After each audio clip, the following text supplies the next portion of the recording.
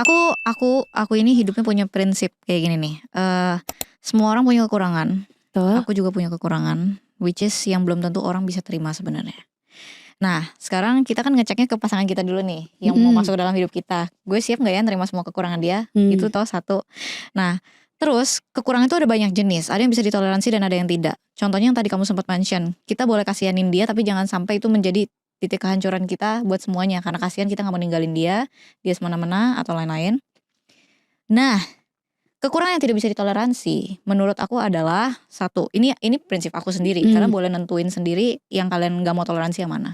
Kalau aku selingkuh itu penyakit, ngulang terus, pasti semakin pintar.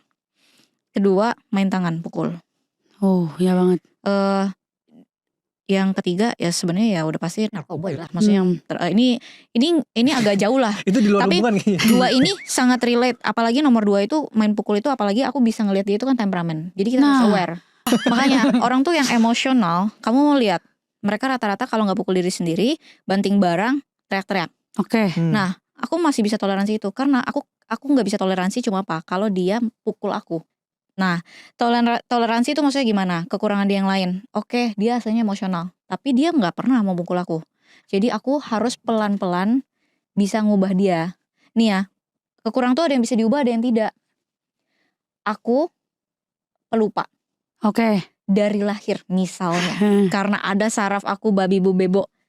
Itu mau sampai profesor bolak-balik tangan lu begini juga susah.